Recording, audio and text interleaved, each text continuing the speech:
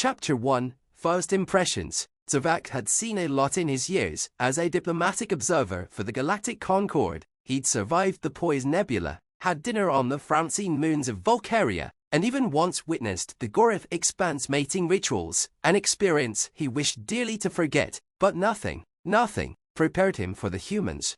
At first, they seemed like any other species, carbon-based, bipedal, and entirely too cheerful for creatures whose homeworld was classified as a Class -5 death world. Zervac was assigned to observe them as they integrated into the Concord, hoping to glean some insight into their culture. Their antics, however, quickly became the topic of hushed discussions across the galaxy. It wasn't the humans' appearance that was unnerving, though the amount of hair they had on their heads was somewhat disconcerting. No, it was their behavior. Chapter 2, The Incident. The first incident happened on board the Concord station, when a Lyralian diplomat, a fragile, insectoid creature, fell from a high platform. Everyone knew that the Lyralians were delicate. A fall of this distance was likely to shatter them. The other aliens recoiled in horror, expecting a grim outcome. But in a flash, a human had leapt over the railing, plummeting nearly 30 meters to catch the Lyralian in midair. They both crashed to the ground, and everyone expected the worst. Yet, when the dust settled, the human simply stood, dusting himself off with the Lyralian diplomat still cradled in his arms, unharmed. His only comment was a sheepish, "Gotta watch those edges, eh?" The medical team was dumbfounded. The human had multiple broken bones but continued to smite through the pain. In the galactic medical ward, the baffled doctors were further horrified as the human began telling jokes to the confused Lyralian while his bones were realigning. Jokes about falling. The Galactic Concord's database tagged this incident as anomalous. That was the beginning of the reports. Chapter 3, Fearless Kindness. Word spread quickly. Stories circulated about humans engaging in strange, hazardous behaviors, all in the name of helping. There was the time a human crawled into a gas leak to rescue a stranded Marol with zero regard for their own safety. The instance when a human willingly wrestled a malfunctioning plasma droid to protect nearby children, and most disturbingly the human tendency to give away their own bodily fluids for charity. Zervac heard of a case where a human had been caught donating blood to aliens. The very concept was horrific. Blood was a sacred, life-sustaining fluid. Giving it away, willingly, seemed like madness, but the humans did it without hesitation, even exchanging cheerful stories as they drained away their own life essence. The Concord medical community was thrown into disarray. Requests for human volunteers for medical tests skyrocketed, but officials were starting to feel uneasy. Who were these creatures who so easily, even happily, gave parts of themselves to help strangers? Chapter 4, Resilience. The final straw came during the Thilverin raid on Concord Station. A violent, rogue alien species attacked, breaching the station's defenses and taking several hostages. Zervac and his team cowered in their quarters, the sound of laser blasts echoing through the corridors. The Thilverins were known for their cruelty, and Zervac was certain their lives were forfeit. But the humans had other plans. A small squad of humans, barely armed, managed to engage the Thilverins head-on. Despite being outnumbered and outgunned, the humans fought with an intensity Zervac had never seen. They used improvised weapons, tore panels off the walls to use as shields, and displayed an unsettling ferocity. They yelled, a strange, guttural battle cry that chilled the blood of every observer. But the most unnerving part was not their violence, it was their camaraderie. As they fought, humans shouted encouragement to each other, often risking their lives to protect one another without hesitation. One was badly injured. Zervac watched him stumble, blood pouring from his side, but the human only gritted his teeth and shouted, "I'll be fine, focus on the others." Zervac could hardly believe it. In that moment, he realized that humans weren't just a danger to themselves, they were a danger to anyone who tried to harm those they cared about. Chapter 5, The Concord's Conclusion. After the raid, the Thilverins retreated, overwhelmed by the sheer tenacity of the humans. Zervac and the others emerged, shaken. The Concord Council held an emergency session to discuss what they had seen. Words like unstoppable, reckless, and fearless floated around the room. In the end, they added a new entry to the Concord database. Species entry, Homo sapiens, human. Classification, sentient. Bipedal. Class -5 Deathworld species. Special considerations, humans display unique behaviors, including an irrational willingness to risk personal harm to aid others, a remarkable tolerance for pain, and a concerning capacity to regenerate after injury, an unpredictable tendency to engage in actions they refer to as acts of kindness that defy typical self-preservation instincts. Recommendation: humans may be valuable allies, but approach with caution. Their kindness can be as dangerous as their hostility. Further study is advised. Epilogue: Servax watched as the humans continued to walk the halls of Concord Station, laughing, sharing food, and helping anyone in need, and as he observed them, he felt a strange mixture of fear and admiration.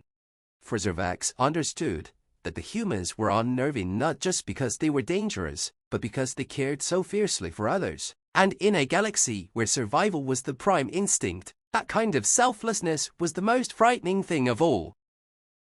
Chapter 6: The Price of a Favor. Servax had been asked to observe humans on more than one occasion, but it wasn't until his recent conversation with an older human, one known as Captain Rook, that he began to understand the true depth of their unnerving nature. It had started simply enough. Rook, a grizzled veteran of countless battles, had been giving a lecture on human military strategy to a room full of galactic diplomats. Servax had expected to be bored, hearing the same tired tactics that most species followed: engage the enemy in waves, make use of superior firepower, retreat when necessary. But then Rook had said something that chilled the room. Never leave a man behind. Servax leaned forward, his antennae twitching. Surely, this was some kind of metaphor, a motivational tactic. The Concorde was used to hearing the old, inspiring stories of heroes and their noble sacrifices. But Rook wasn't speaking metaphorically. The captain described a situation during a human conflict, one where his team had been surrounded, with no hope of survival. Everyone knew they were going to die, but one of Rook's soldiers, an injured young man, was too slow to keep up. In any other army, the decision would have been simple: leave him behind and save the rest of the squad. But Rook had ordered the impossible: go back.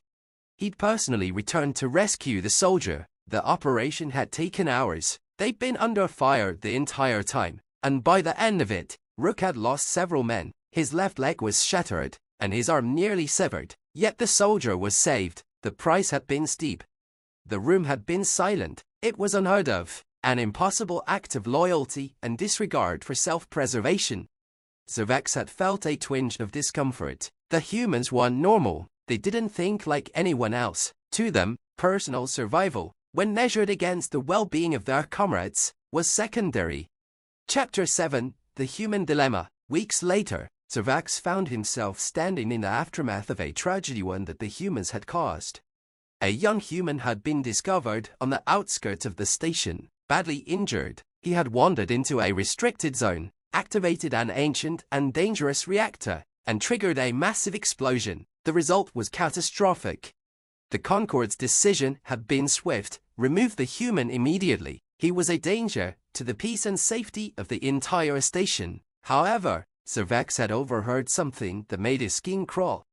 The human's friends, to ones who had been told to stay away, rushed to his side. They didn't ask questions, didn't blame him for what had happened. Instead, they acted quickly, applying advanced first aid, stabilizing his condition, and ensuring that he had access to medical care.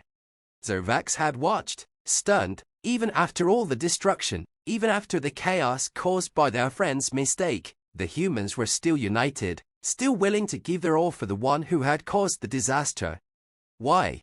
Servax couldn't comprehend it. Was this a flaw in their logic, a failure of reason, or was it something else, something deeper, something that made humans willing to sacrifice everything, even when there were no guarantees of success? Chapter 8: An Unexpected Revelation. A few days after the explosion, Servax had been called to a council meeting. The human group had been summoned to explain their actions. The room was tense. Diplomatic pressure had mounted. Their behavior was now officially under scrutiny. But as the humans Saturday before the council, Servax was taken aback by something unexpected. They weren't ashamed. They didn't make excuses. They didn't apologize. They simply stated the facts. with the same conviction that had led them into the hazardous situation in the first place. One of the humans, a woman named Commander Avery, spoke simply, "We take care of our own. If one of us falls, we all fall. There's no other way to be human." Servax felt the weight of the statement. He could see it now. Humans didn't fear death. They didn't fear loss. They didn't even fear failure, but they feared leaving someone behind. That was their deepest, most unsettling instinct, to risk everything for glory, not for power but for each other. It was a form of kindness that transcended logic, a powerful force that could tear down everything in its path. And yet, it was the source of the humans' greatest strength. Their bond, their unfathomable loyalty to one another, made them stronger than any weapon or army the galaxy could muster. It was a weapon that could not be fought against. Servax turned to leave the council room, his mind racing. He realized then that the humans were not the anomaly. The rest of the galaxy was. They were too cold, too calculating, too focused on survival above all else. They didn't understand the concept of loyalty to that degree. And that, Servax knew, was what made humans so unnerving. Epilogue: The Price of Loyalty. A few weeks later, Servax was assigned to a mission with a human crew. He had already learned much about them, but nothing had prepared him for the final test. During a minor skirmish, the ship's engine was critically damaged, and the crew was forced to abandon it. Servax, alongside the humans, was evacuated, but as they left, one of the humans, Lieutenant Dorian, had remained behind to ensure the rest of the crew could escape safely. As Servax was pulled away from the ship, watching the human fight against overwhelming odds, the thought struck him with terrifying clarity. If the humans survived, it would be because he willed it. And if he didn't, the humans would find a way to honor his sacrifice. That was their nature, and Servax understood, perhaps for the first time, the true reason the humans were feared. They weren't just warriors, they weren't just survivors. They were a force of nature, unstoppable, because they would never leave anyone behind. Not even at the cost of everything.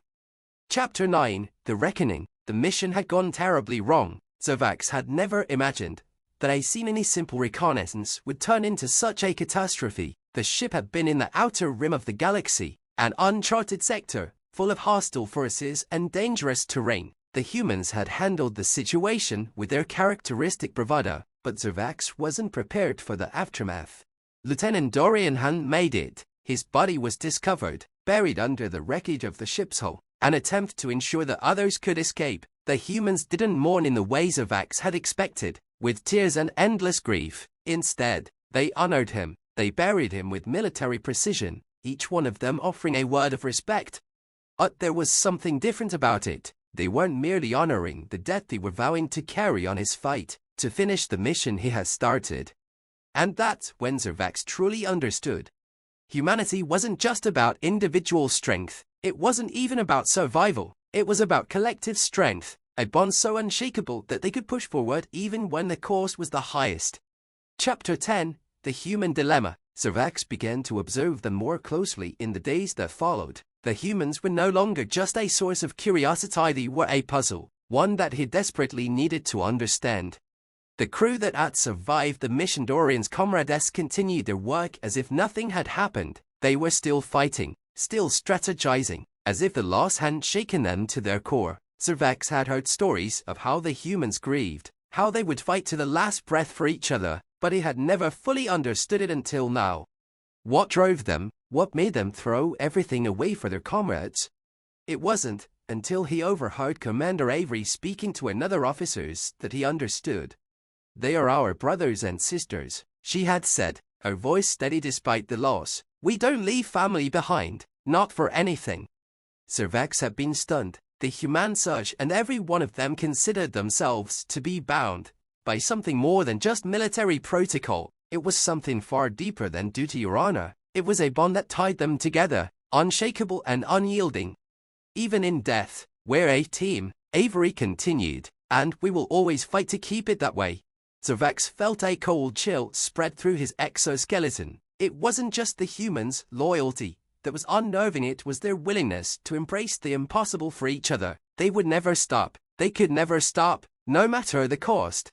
And that was what made them a dangerous species.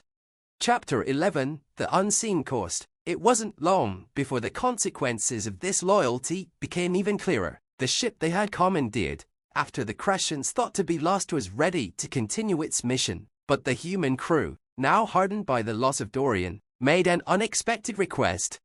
"We need to find the people responsible for the ambush," said Lieutenant Bishop, a tall human with a commanding presence. Zervax had expected them to accept the loss and retreat, but instead, the humans were preparing for revenge. It was an odd, almost alien instinct for someone like Zervax. The Concord was known for resolving disputes through diplomacy, for working within the framework of peaceful negotiations. But the humanity would never negotiate. They didn't seek to destroy everything in their path, but they would hunt down anyone who threatened their people with relentless, terrifying precision. "What will you do when you find them?" Zervax had asked, his voice unsteady. "We'll make sure they never hurt anyone again," Bishop replied coldly.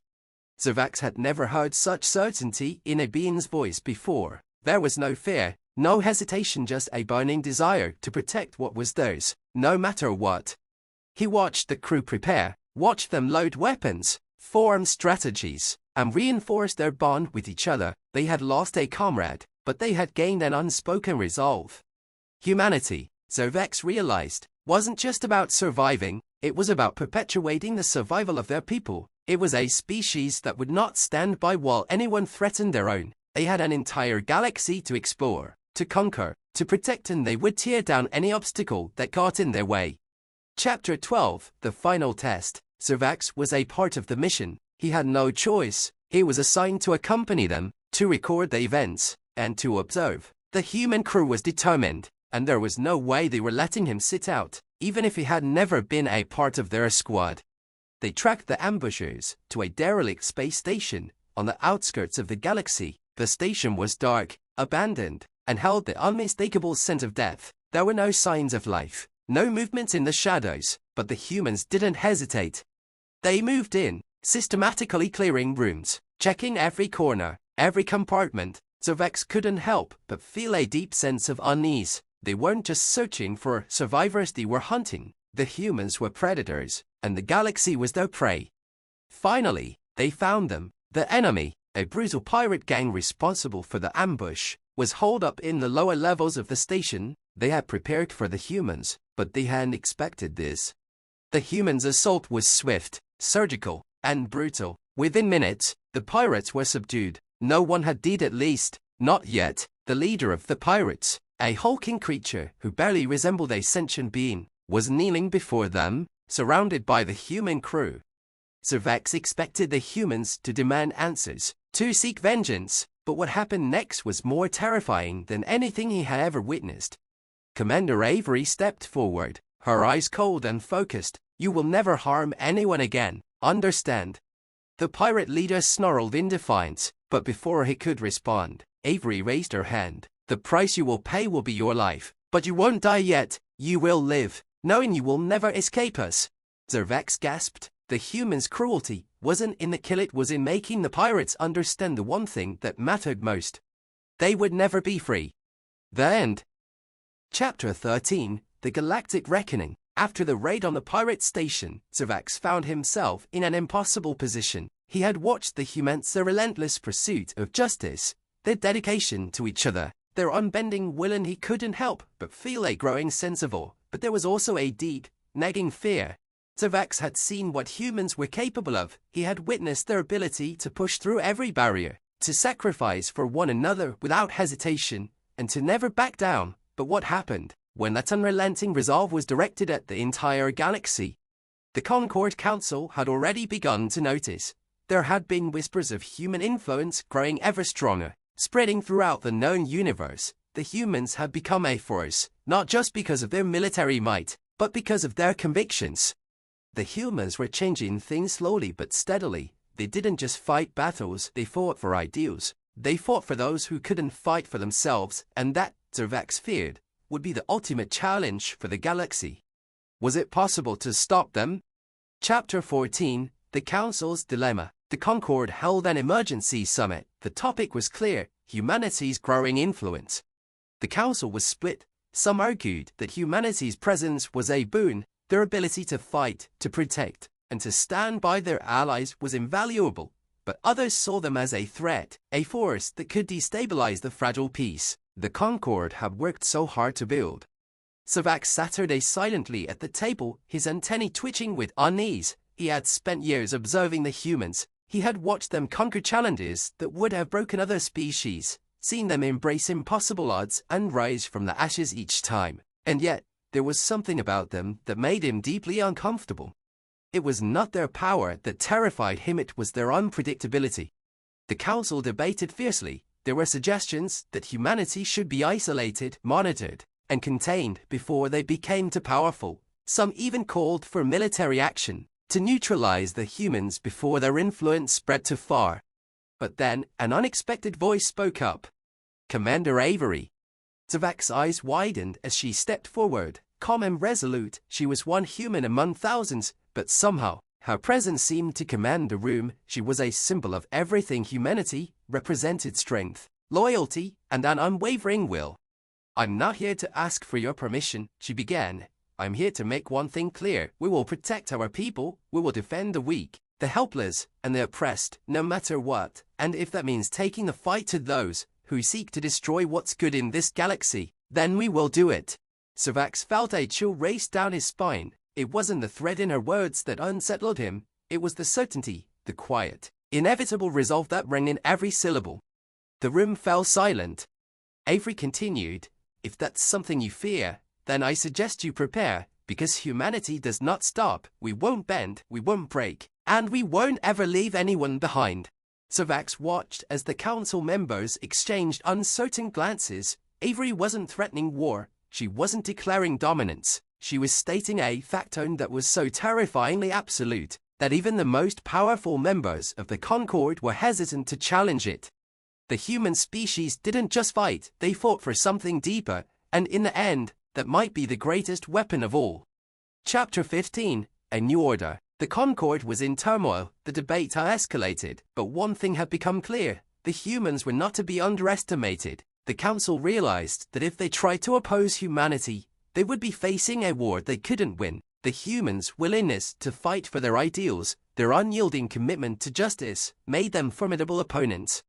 But even then, there was a sense of hesitation. What if humanity did become the new rulers of the galaxy? What if their unwavering resolve led them to conquer all? Could the universe survive under the weight of their convictions?